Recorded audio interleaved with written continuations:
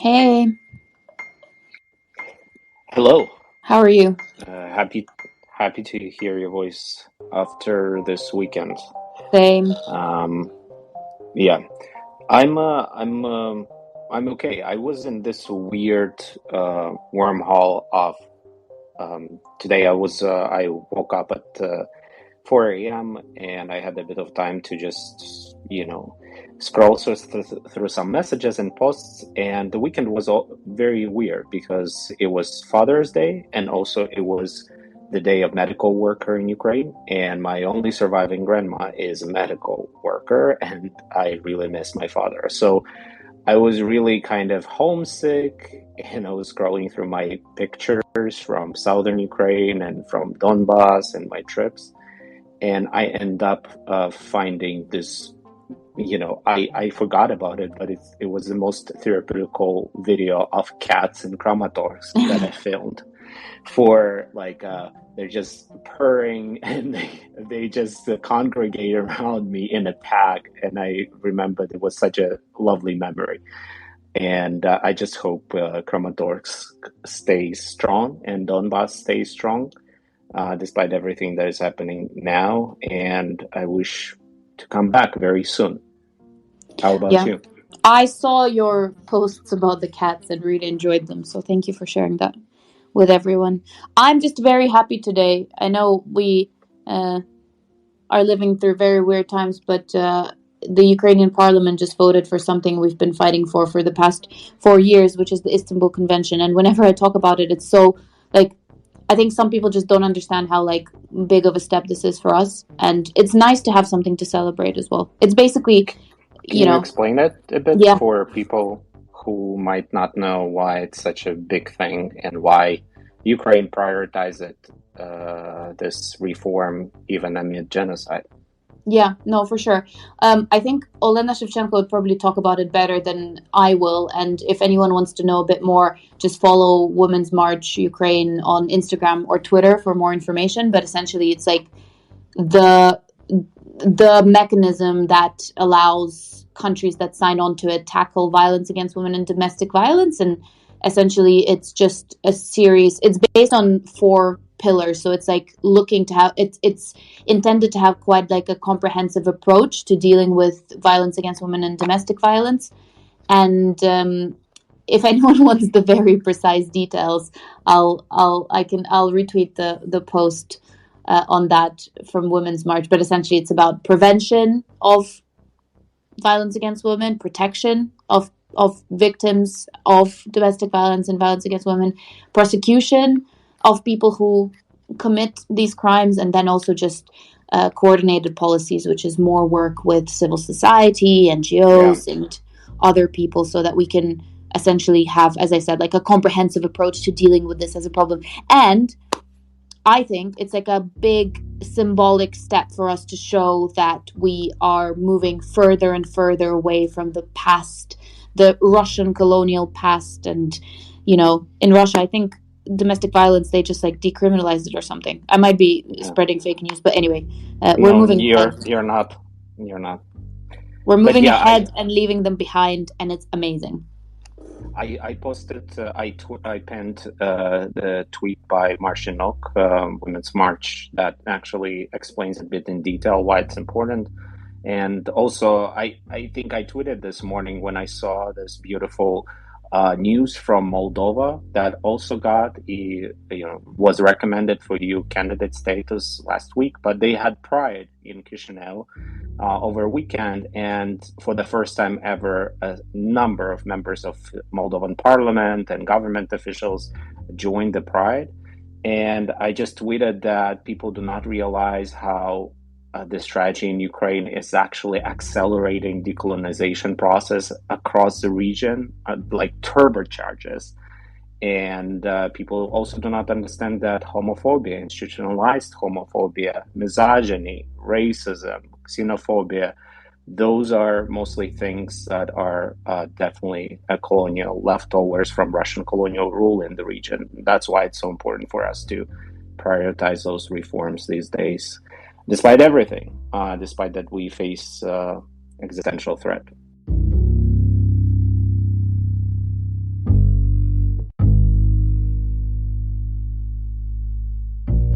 I think this is where we can actually go to Mariam at the moment. Mariam, hey, are you with us? Yes, I'm here. Can you hear me? Yeah, we do. Feel free to take it the way you want to take it. Do you want to reintroduce yourself, or we can jump right into Yes, chatting? I guess it would be nice if I can just say a couple of words about me, because otherwise I can imagine it could be a bit confusing. My name is Mariam, and I have a degree in cultural studies. This is my passion. And that's why every time I'm looking right now at problem with Ukraine and Russia, I see a lot of cultural roots. But when I talk about culture, I don't mean art. It's more our way of living and everything that people or person can create. And what is also important about me, and I guess it actually took some time for me to embrace this part of myself, is I'm half Afghani. My father was from Afghanistan, but I was born and raised in Kyiv. So I guess I'm also kind of generation Ukrainians who are mixed. And yeah, that's it. This is two, I guess, important information to know better.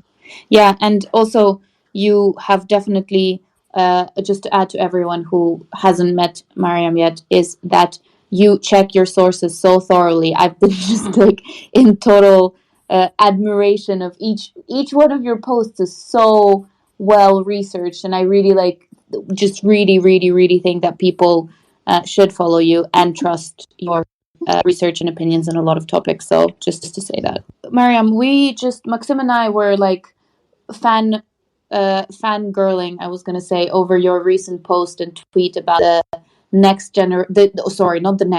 current generation of Ukrainians, and the generation that has basically grown up in independent Ukraine. And I think it just like so well described what many of us feel and felt and our background in such a succinct way. And we just wanted to bring you back here to talk about that as well, and for you to explain to people a little bit more about that. But can I ask you, why did you write that post? What motivated you to speak about the generation, our generation, I guess? One of my best friends, he is writing what he is doing. We knew each other, I guess, already for 11 years or something like that. And we were, it was after my brother was at hospital, and we just had this chatting to kind of stop thinking about war and start to talk about something else. And we started to talk about our past, how we started to hang out together. And it hit me when I realized that we had only 1 year. Like he had only 1 year after his school and before the revolution. So he has only 1 year of his adult life when he could be just normal student with normal life. And Pablo is a bit younger than me, so it was so. I feel so sorry for him, like, because it's my friend and I want him to live better life. But at some point I realized it's not only him; it's actually a whole generation. And I thought this is something that is not very clear for people who are not living in Ukraine, because there is a lot of cultural context in our generation, in the way how we're dealing with war and what we need, supplies, for example. Because this is for me like extraordinary, that there is volunteers who are doing stuff that typically governments are doing. So I guess it's very interesting. So for me, it was like, I need to talk about this and to try to explain this as, if I can say, very beautiful, but in a way very tragic story of our generation.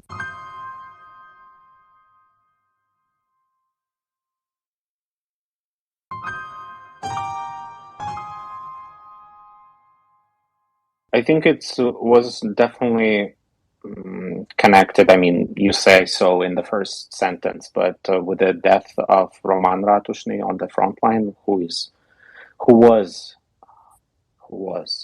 one of our most prominent young, brilliant activists, democracy defenders, civil society fighters.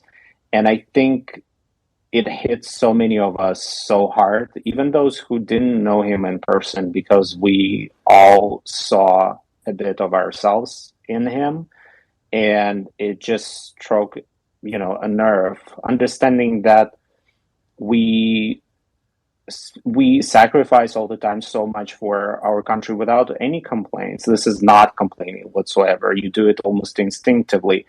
But then all these events and the revolutions we have. I mean, I went through two revolutions, and then recessions, and then the first invasion, and then pandemic, and everything.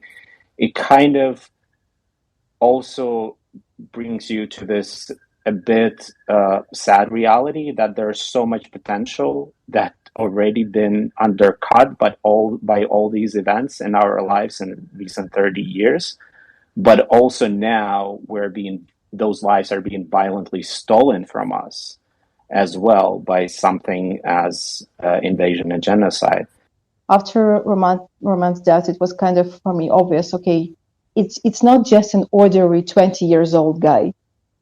Because when you look at his biography, the amount of time that he spent on Ukraine and our society, and amount of people like him that we have right now, and they also try to fight this Russian invasion. I guess I also wanted to show this is not an ordinary activist. That there is a story behind him, behind his shoulders. There is a story of generation, and again, his life is a very good representation on what we already lost, and I hope we won't lose more.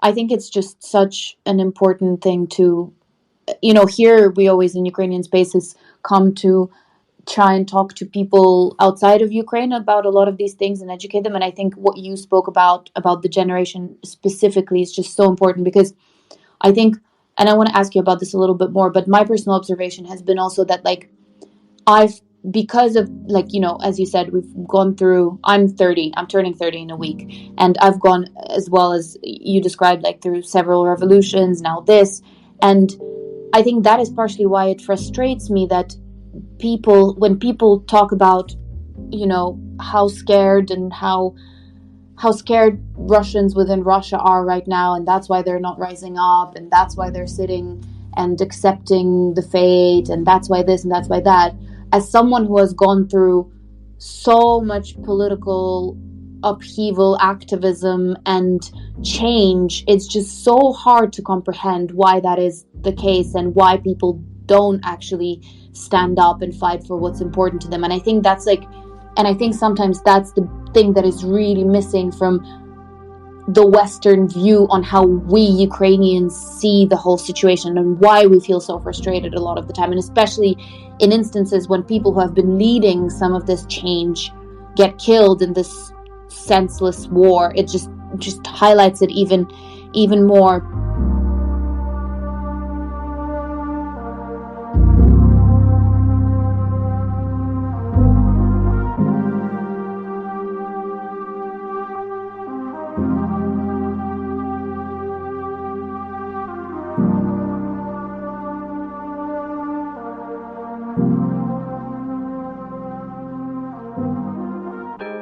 I think we often also joke about the Eastern European and / Ukrainian age packs so much more than, say, the same age in the West. So, for example, if you're in your mid-30s, like myself, it feels sometimes like I lived several lifetimes, because I'm probably, out of three of us, I'm probably the oldest one, because I'm 36.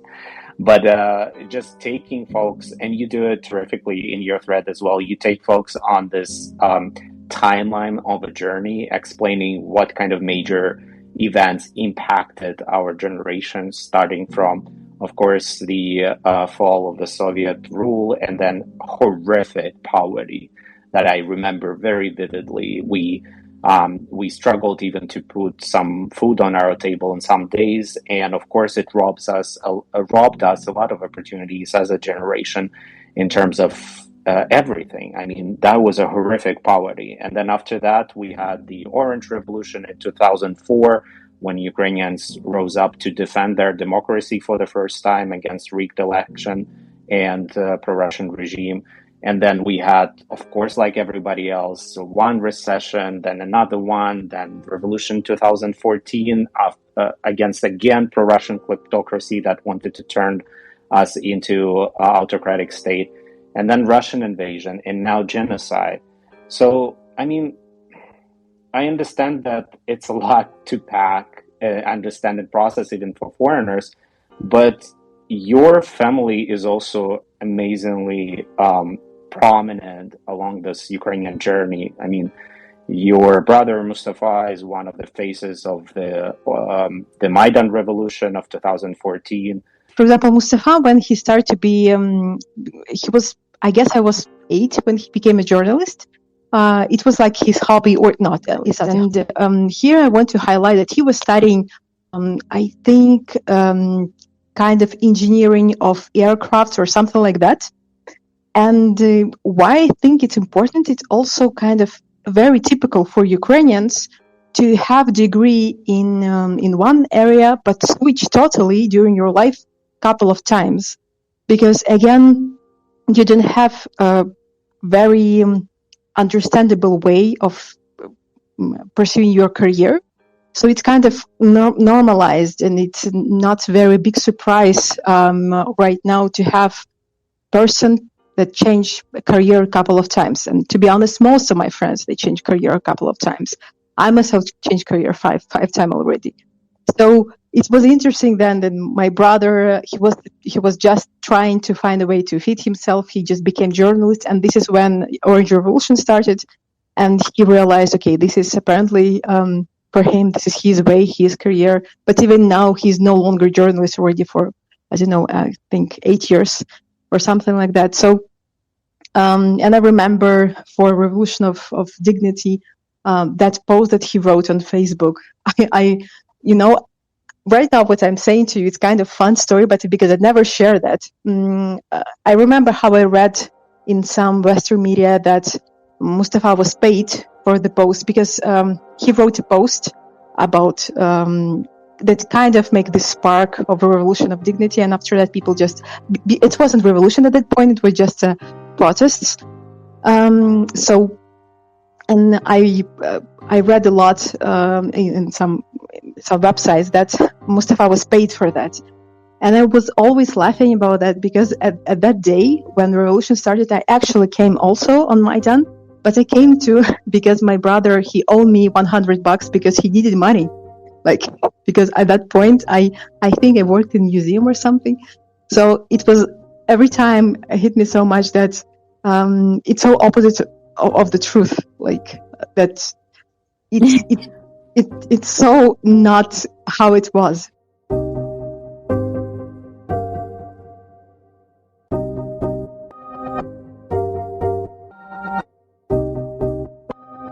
So, of course, my other brother, Masi, he became also part of the Revolution of Dignity, which was completely normal at that point.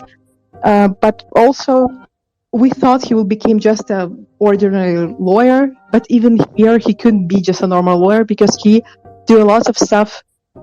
He did a lot of stuff pro bono, for free, just for activists. Because at some point, as I talk about this in the thread, that we had a lot of problems with corruption, and we have a lot of problem with police system. So, and typically when there is one person who try to fight the system, typically this person will lose anyway. So it was also important for my brother to do something for free, and he is doing a lot of that for free. And after his injury, I was, when people started to write posts about him, I was shocked how many people were actually involved with him. Like, they worked together and he actually helped them. So, and it was also interesting to see my father's reaction, because he didn't even expect it from his kids after he moved from Afghanistan to become important part of Ukrainian,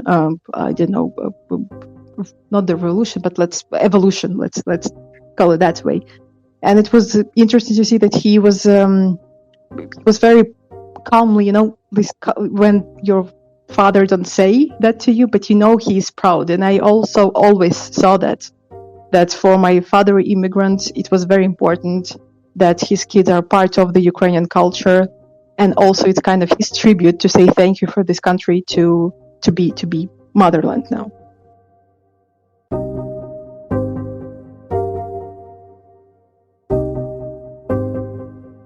Yeah, and now you're leading the charge as well on educating audiences yourself. So don't play that short.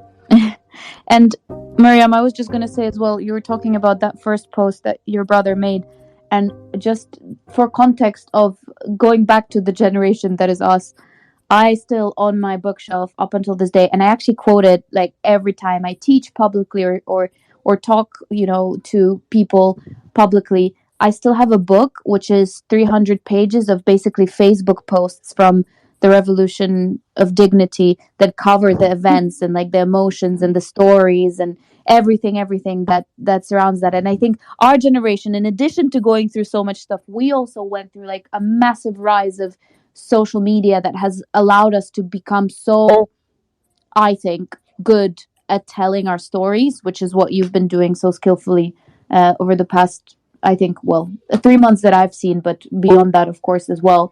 And I asked Maksym this question when you were trying to reconnect. But I was just wondering, what's your first, same question to you, what is your first like memory of activism or doing something, like that represents that feeling that you were trying to describe in your thread about our generation? This is a complicated question. Oh my God.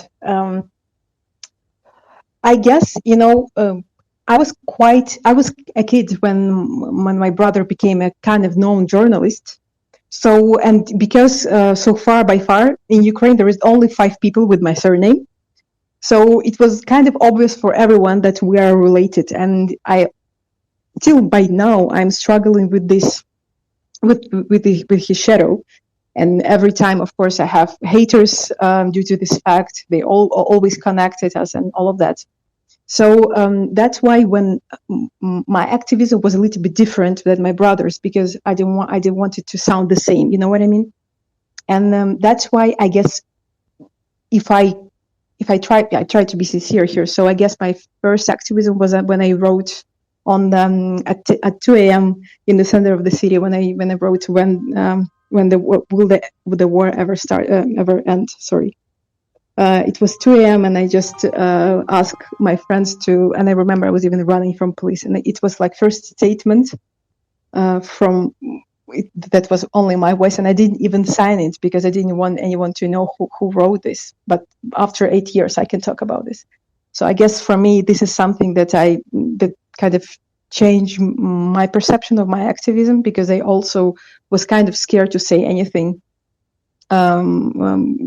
before. And to be honest, we as a family, we had a lot of threats during the Revolution of Dignity. So I was almost not allowed to go on the street at that point, because we had a lot of police next to, specifically for us. So we even kind of forced to run from our apartment at some point because we knew that somebody can come to us.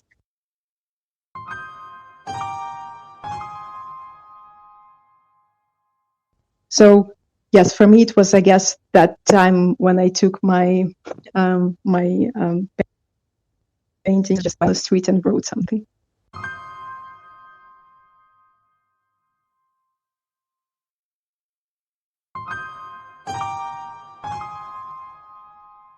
I remember when I decided that I need to do something about it because my anger was kind of overpowering me. I mean, I went through living in poverty and, facing injustice and corruption. And then the revolution, 2004 revolution started. And I remember that I was just like 17-year-old reporter. And then this police comes during one of the rallies in Eastern Ukraine, and they just grab me and put me in police van, just like to scare me off as a kid. But there were like really nasty stuff happening in that van. And after that, I was just so infuriated. I was full of hate and anger, but I don't know how. I just decided like I cannot contain this and carry with me. I need to do something. And for me to tell stories and double down on journalism was the way to go. I just didn't want that hate to be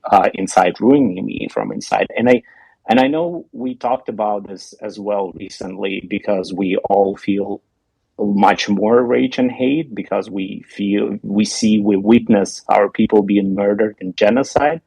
So isn't it something maybe that also helps you to channel it, like storytelling? I suspect it may be, but you can tell it better if it is.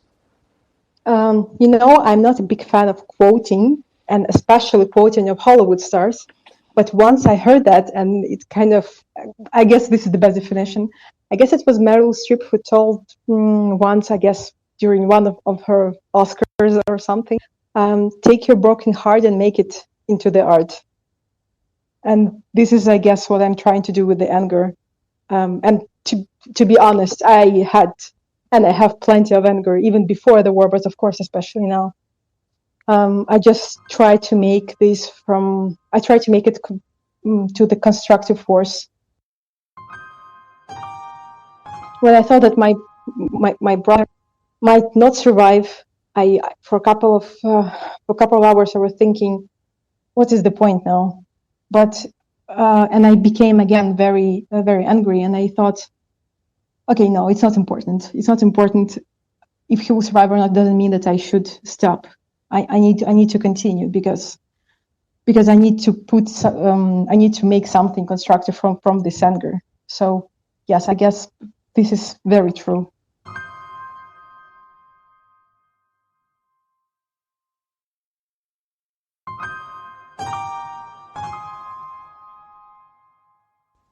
I think what we're sharing is very important also for foreigners to understand. It feels like, again, like a therapy session, but I just feel like angry Ukrainians and angry Eastern Europeans are literally the best kind of my people that I've ever seen. Because, of course, when you trying to connect with other people from different places, and of course, through my work, I would really connect with many disfranchised communities and folks from different marginalized backgrounds. And of course, this issue with anger, when you face so much injustice and unfair treatment through your whole life, this can easily become out of control. But what I always see with fellow Ukrainians, that no matter what you do, no matter what kind of background you come from, a lot of us, especially from our generation, channeled that frustration and anger and hate into something productive. And I don't know if it's a just generational thing or it's a happenstance, but this is something that I feel and see in many friends over the last years. Is it something you also see in your fellow Ukrainians as well, or is it just me? Yeah. Yes. And to be honest, here I can say before we needed some specific. It was interesting. At some point, I realized that during my when I was a teenager, we had a lot of subcultures. Like emo and goth and like people who like rap or something.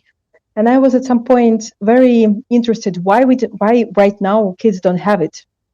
Why is such a cultural thing that was very typical during my school age, why it's not typical anymore? And I found very interesting research saying that right now, because of social media, kids don't need anymore try to show that they are part of the group, because they can find this part of the group or listeners in the internet or from social media. And it's actually explained to me a lot why we have kind of constructive way to express our anger in something more constructive, because you have your bubble at some point. This bubble could be very small, and bubble could be like much bigger or something. But again, I guess this is why it's kind of more constructive, even though you are not very comfortable to make Instagram posts or Twitter threads. Some people just doing they're just talking, or they're doing a community session just to talk to each other, how they can help each other. So I guess the internet here helps us to convert this anger to something that can actually make evolution of our society. Yeah, social media platforms should actually pay us for this. This is the best promotion of social media platform I've ever heard. But also, just like imagine, let's extrapolate to the whole country, right? So, just imagine you caught, I mean, for most people it's unimaginable, but you're caught in a mid genocide. You see so much the the most horrendous shit about humanity you can possibly witness. And yet, Ukrainians, instead of just, being full of hate, lynching people on the streets or whatever, or trying to, do the same to the people who are doing genocide to us, where a lot of us channeling into something productive, like our lawmakers are passing fucking reforms amid the bombings. People volunteer, do storytelling. We do these Ukrainian spaces. Even with Russian colonialism awareness, I see that a lot of people a lot of Ukrainians find this energy to bring this awareness not only abroad but also within the country, because this is something that helps you to make sense of what is happening, and you feel like it's just was unjust that so many people wouldn't talk about it as much. So this is just wow. Yeah. Sorry, it's not a question. It's just more of a comment. Yeah. But to be I feel honest, like sorry. Go ahead. You go ahead. Thank you. So there is, I guess, I have these phrases in my head for like from the beginning of our talk, and I thought it's better maybe to share about this now. So for me, I had a very good example of how you could face so much evil in your life, but in the end of the day, still be very nice and joyful person with sense of humor. And I realized that from a very young age. My grandmother, Magol, she was 12 when she gave a birth first time. And when I realized all the story of my father, and when I realized that he will at some point pass away, I started to write a book about him and took some interviews from his life. And the more I knew about his life, I became more shocked because, so for example, I remember I asked him, so my father was third kid, and I asked him, so you remember your mother? And we have this image of mother as something big and something very safe. And I said, so you remember your mother as a teenager? And he said, yes. And this is something, and there is a lot of course, like horrible other stories that he told me about his mother. She was never be able to read, how they eat basically bread, or my favorite dessert of my brothers was snow with sugar. And I remember when I started to realize how many awful things and how it was unnecessary to live through all of these horrible events. How in the end of the day, my father still was a very joyful person who were making a lot of jokes, who never complained about it until the end of his days. He was working in the market. So for me, the most important part right now of my work in my book is to realize if this person was able to be happy, to laugh after all of these events, it is possible for us also.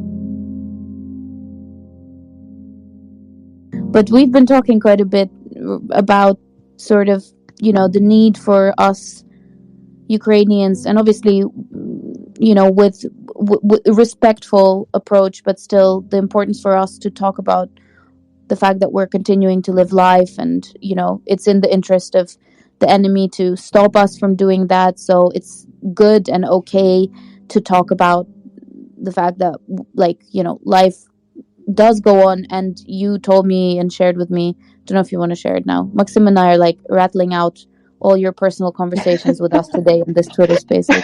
But yes, you shared, you know what I'm talking about, right? Yes. So after I realized my brother has this injury, it's I think we should put it that way.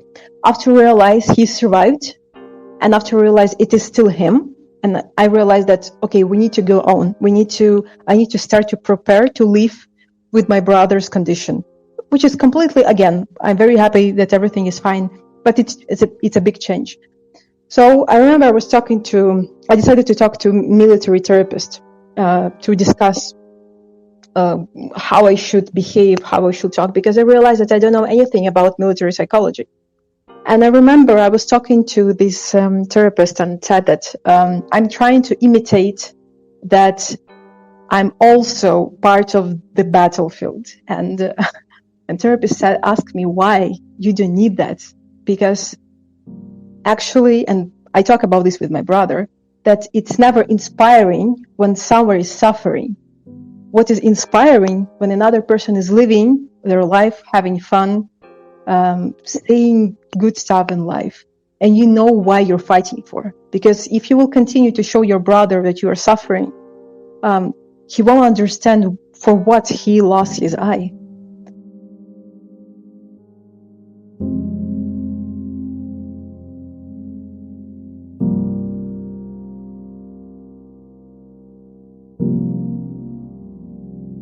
And it hit me so much when I realized that actually we need to continue to live our life and try to have fun and feel joyful, stop shaming ourselves to feeling happy. Because I realized I think it was third week of war when I cried because I felt happy for a couple of seconds, but in the same time I feel ashamed of that. And all of these mixed feelings it's interesting. And I guess it's interesting how complicated we are.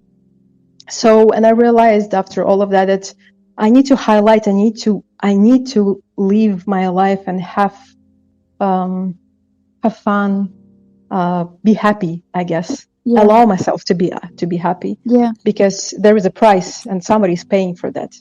Yeah. And the other thing that you said as well is, and I want to highlight it here, I know we're going slightly off topic of what we were initially here to talk about, but you highlighted something that's really important, that I think we've reached a point right now where a lot of us Ukrainians feel similar things, but we don't talk to each other about it. And so we're sort of in this self-inflicted isolation a lot of the time about a lot of the feelings that we're experiencing, including what you're talking about, but obviously in very different ways, but sort of this constant guilt and constant, I don't know, you know what I'm talking about. Yes, but essentially yes. It's just we don't talk to each other about it or open up to each other about it, and we don't have we always feel guilty to do that sometimes. And I'm just grateful that you reached out as well and were let's talk about this, we need to talk about it and move forward. So it's but just really also great. Guys, I think this is what connects us to millennial generation everywhere else, because we're extra aware of our feelings and we spend time talking about them,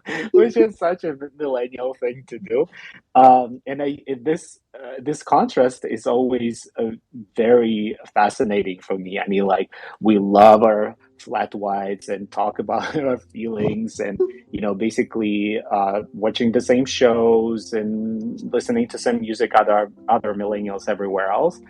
On the other side, we have this a separate life of fighting for democracy, for freedom, going to rallies. Some of us go to front lines, putting their life on the line, whether it's on a pride march or on some rallies or in Donbass. And it's just always fascinating for me. I wish and I hope we will tell more of those stories to the rest of our millennial generation, because I find it so fascinating in the global context, not only just for us as Ukrainians. I can verify that Maksym has a lot of cactus plants and plants in general. Just to.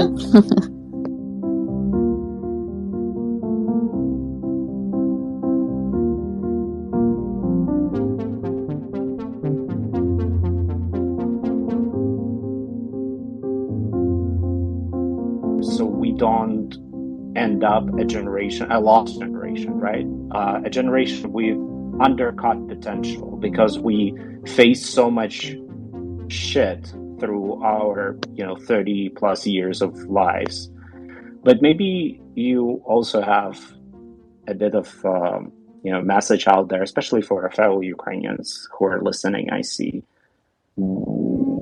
Yes. how not to end up in that place personally or as a generation. I guess after my father when my father passed away, I didn't, and everyone's saying that it will be better, but you don't believe in that at the beginning. And at some point I realized that with horrible events in your life, somehow you became more sensitive or more deep as a person. And because of that, the opposite of horrible stuff, you feel much more sensitive, the happiness, you know what I mean? Like it's much brighter after you face very war or genocide. For example, right now, I know how it is, even before. But right now, I'm so grateful. Like every day, I'm so grateful that they're just there. And this feeling of gratefulness when you have this warm tickling in your body. Like I know that if not the war, I will never felt that. So I guess it's important to embrace this experience, not try to run away from it, because there is, I know it's a strange way to say, but there is good social impact from the war, and we will see it, and we already experience it. We just it's not so obvious.